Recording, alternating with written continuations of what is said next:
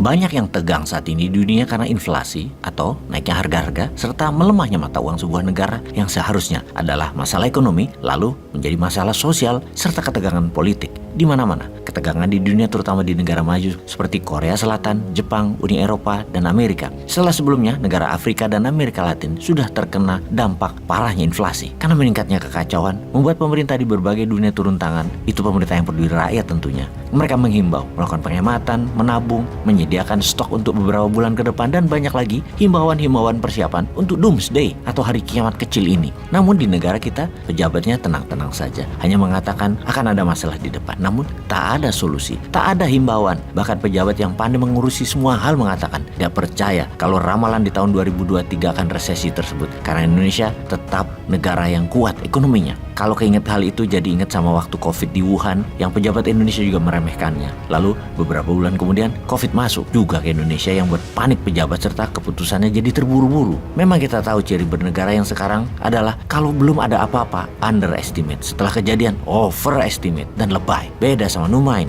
Numain mah tenang karena semua sudah dipersiapkan, terbaca dan ada solusinya. Kembali ke pejabat yang serba bisa dan selalu ada di mana-mana, dulu pernah juga mengatakan tidak akan perang militer ke depannya. Rasanya kena tulah juga tuh kata-kata. Sekarang Ukraina dan sebagian dunia perang militer terjadi dan akan meningkat ketegangan militer di tahun depannya. Masih gak percaya juga dia. Duh ampun dah kalau urusan begituan. Sekedar mengingatkan bahwa sebulan sebelum perang Ukraina, di mana Rusia menyerbu Ukraina, Bosman di videonya sudah mengatakan bahwa Rusia pasti masuk menyerang Ukraina. Bahkan tim video narasi Bosman ada bukti screenshot yang mengatakan cepetan naikin terus beritanya, ntar keburu diserang tuh Ukraina oleh Rusia. Dan benar, terus kita beritakan dan masuk Rusia ke Ukraina. Perang deh, sama dengan Taiwan. Hanya Bosman yang mengatakan pasti Tiongkok ambil Taiwan. Pasti, baik secara militer maupun secara non-militer. Intinya Taiwan yang belum menyatakan dirinya merdeka dan belum menjadi negara utuh, di mana Tiongkok masih menganggap Taiwan adalah provinsi. Pasti Taiwan sebentar lagi akan didonbaskan. Strategi Rusia melakukan referendum atas 4 wilayah timur Ukraina akan dilakukan oleh Tiongkok agar masalah Taiwan adalah masalah dalam negeri Tiongkok. Kapan dimulainya? Biden,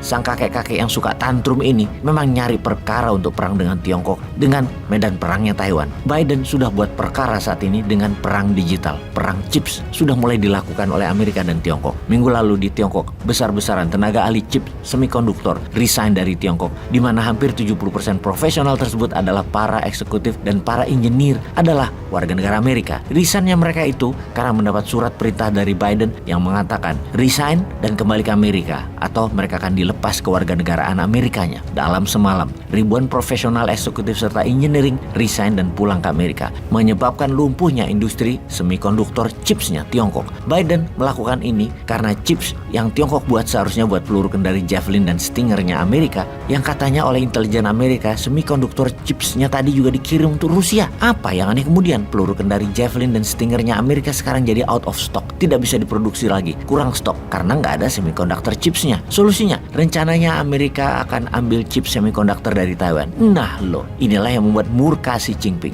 Di hari dirinya akan dinobatkan the greatest pemimpin Tiongkok, di mana dalam sidang 5 tahunan Partai Komunis Tiongkok, dirinya akan diangkat jadi presiden ketiga kalinya hingga tidak ada batas tahun menjabatnya.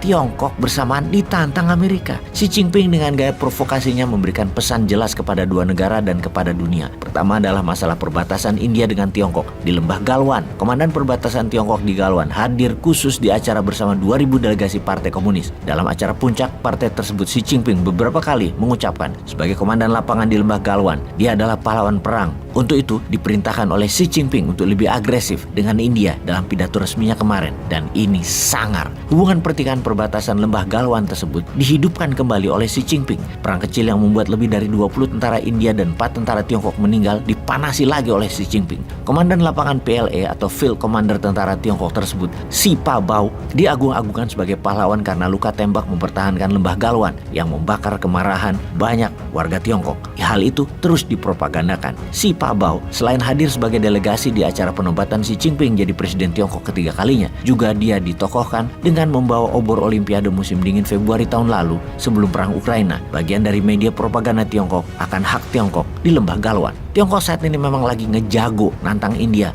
Dan ini informasi kedua, nantang Amerika di Taiwan. Ketika chip semikonduktor, tenaga ahli, dan para eksekutif ditarik keluar dari Tiongkok oleh kebijakan Biden kemarin, padahal chipsnya tadi bukan hanya untuk misil peluru kendali Amerika, namun banyak perusahaan Amerika di Tiongkok yang perlu chips seperti Apple Incorporated menjadi merugi. Ini blundernya kakek Biden yang kesekian juta kalinya. Sebenarnya ini pesan moral sih bagi kita warga Indonesia. Nanti kalau kita mau pilih pemimpin, cari pemimpin jangan yang tua-tua banget dan jangan yang pemarah kali ya. Ntar kayak Biden yang keputusannya banyak blunder dan nantang perang. Kita balik ke topik. Kalau Putin, gas Nord Stream-nya dimainkan untuk tarik ulur. Ini chips Amerika yang dibuat di Tiongkok dihentikan dalam semalam. Yang rugi bukan hanya Tiongkok atau Rusia, tetapi Apple, General Motors, dan sejenisnya yang juga punya pabrik di Tiongkok dan bergantung di chips ini. Juga perusahaan defense industri Amerika hancur juga dalam sekejap. Amerika sendiri yang rugi. Javelin dan Stingernya jadi kehabisan stok, out of stock buat di Ukraina. Juga buat nanti perang di Taiwan, Amerika akan kehabisan ammo atau amunisi. Perang di Ukraina jangan-jangan sebentar lagi kelar gara-gara Amerika kehabisan amunisi. Karena itulah Bosman mengatakan Tiongkok pasti akan ambil Taiwan segera. Tiongkok harus ambil Taiwan,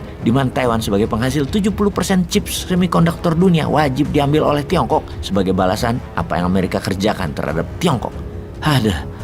Kalau kita dapat informasi akan perang Taiwan, naiknya harga-harga karena energi dunia tinggi yang menjadikan inflasi ke depan pasti terjadi, kita jadi miris melihat ke tanah air cuma mementingkan apa dan siapa yang akan jadi presiden 2024. Bahkan pejabat yang lama jadi kemecer liurnya, ngacai, ingin 3 kali kayak Tiongkok. Terutama pejabat-pejabat di sekelilingnya yang pengen. Sisanya oposisi ya sama juga, tetap fokus politik dan jualan diri sendiri. Woi, kapan lu pada ingat rakyat sih?